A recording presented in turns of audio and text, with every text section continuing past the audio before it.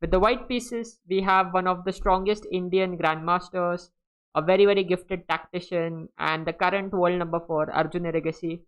He's taking on Max Warmerdam at the Bundesliga, not the football Bundesliga, but the chess Bundesliga. And the game opens with knight f3 d5. And what you're going to see here is how Arjun is able to take advantage of space and put a chokehold on his opponent. Okay, we'll see how the game goes. So we have knight f3 d5. Arjun plays b3, black plays c5. Now we have e3 in the position, and we get this kind of a reversed Queen's Indian opening. And one of the main ideas here is that white is basically controlling the center with his minor pieces, and later he will strike in the center with his pawns. Okay, so white is developing his pieces and he's also controlling the center right now. G6 played, deciding to fianchetto the bishop. But now Arjun does a little dance with his light square bishop and he drops it back. And the point of going here and then going to e2 is to worsen the position of this bishop. Now the black bishop, it shouldn't be here. It would have been much better placed if it were on c8. So that's why this little dance with the bishop. Black fianchettos his bishop.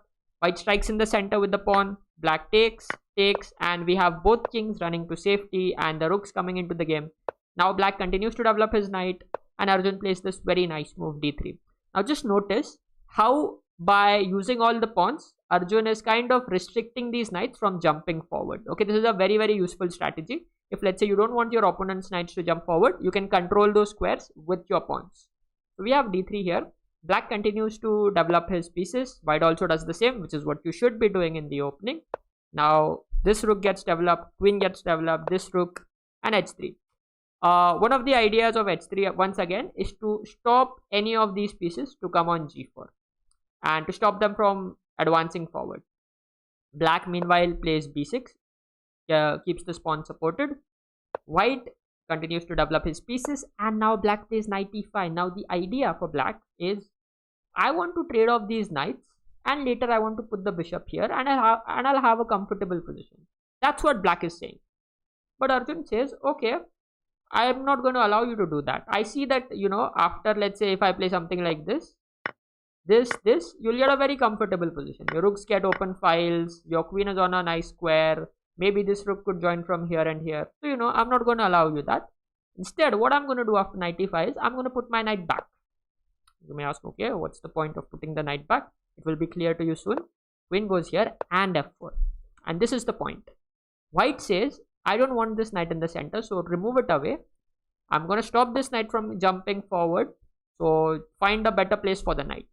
And now this knight really doesn't have like good prospects. Like, where will you put this? If you put it here, it's kind of out of play. If you put it here, it can't come here, can't come here, can't come here. So the knight kind of went back to b8. And now what has happened is, just by avoiding the trade of these knights, look what has happened. Just by avoiding the trade of these knights, black has a problem with placing his pieces. Where does he place his pieces? This c6 square is needed by the bishop. It's also needed by the knight. So there are a lot of pieces that need a certain square, and black just black has too many pieces, but they don't have good squares. Okay, and this is what you want to do when you have more space. Okay, you want to avoid exchanging pieces like Arjun did here with knight d2, and you want to slowly smother your opponent, push their pieces back. We'll see how Arjun continues from here on. Now we have bishop f3 attacking the queen. Black is like, okay, I'm also gonna block it. And now we have a4. Once again, all these pawns, they're taking away very, very important squares from the black pieces. They're kind of pushing black behind. Black plays e6, and now Arjun plays e5. We have captures. This knight is attacked, so it has to run back. And a very classic move, knight to e4. So remember this pattern. Whenever you have a pawn on e5, it's very useful if you can to put your knight on e4. Of course, make sure that it's protected and you don't blunder it away for free. Yeah, don't blunder it, okay? So because now from here, this knight can jump here, and it can actively contribute in the attack. Okay, so this is a very useful maneuver to remember. Pawn on e5, knight on e4. Now the knight comes forward and we have the queen running to f2. The idea of this move will be clear soon. We have this queen here. White plays rook to e1. Rook d7. Black is trying to double the rooks and create an attack on this pawn, because this is the backward pawn in white's position and black wants to create an attack there. Now Arjun starts an offensive on the king side. Arjun knows he has very strong control over the center. It's going to be hard for black to open the position, which means it's okay if he can start an assault on this flank of the board. Black plays queen d8. Now what will you play? Did you say h4? h4 is a mistake. You don't want to play that. You don't want to blunder pawns. I told you, don't blunder pawns. Queen f1 is what happened in the game, keeping this pawn protected. Now there comes the move a6. See, black also wants to create counterplay of his own. So now b5 is in the air and black is going to create his counterplay from there.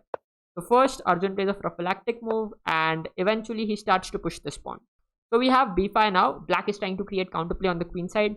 Now Arjun plays h5, goes to open up the position.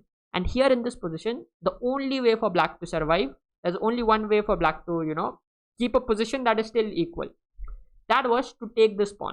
Now this is a very, very unnatural move to make for a human because you're literally opening up the g file for attack. However, the main idea here is to put the knight on f5, and this knight is looking at some very, very juicy squares in the white position. Okay, so this was the main idea. At the same time, this knight also helps in the defense there. This would have been the best way to keep some balance in the position. However, it's not very natural for a human to play a move like this. So instead, what black does is that he plays queen b6. And after this, Arjun's position Arjun has a huge advantage, like a winning advantage after queen b6. First, you don't want to blunder this bishop, so he played bishop c3, got his bishop away. And now black played knight c6. Again, not a good move. When you're being attacked here, it makes no sense to get this knight away from the defense. Once again, the idea was similar. You have to take and put the knight on f5. That would have been better. Instead, after this, we have knight c6. And now Arjun takes. Black takes back with the pawn. And now Arjun destroys the king side pawn structure with f5. Boom. This pawn is going to capture here or capture here. And this entire black king side is going to get opened up for all of white's pieces to come inside black's position and create decisive threats. So we have f5 on the board. Notice how this pawn is very nicely protected by white's minor pieces. Okay, that pawn really stops this knight from coming anywhere forward. So we have this f5, black played bc3, which was another huge mistake. And now Arjun plays another very calm move that just finishes off the game, f6.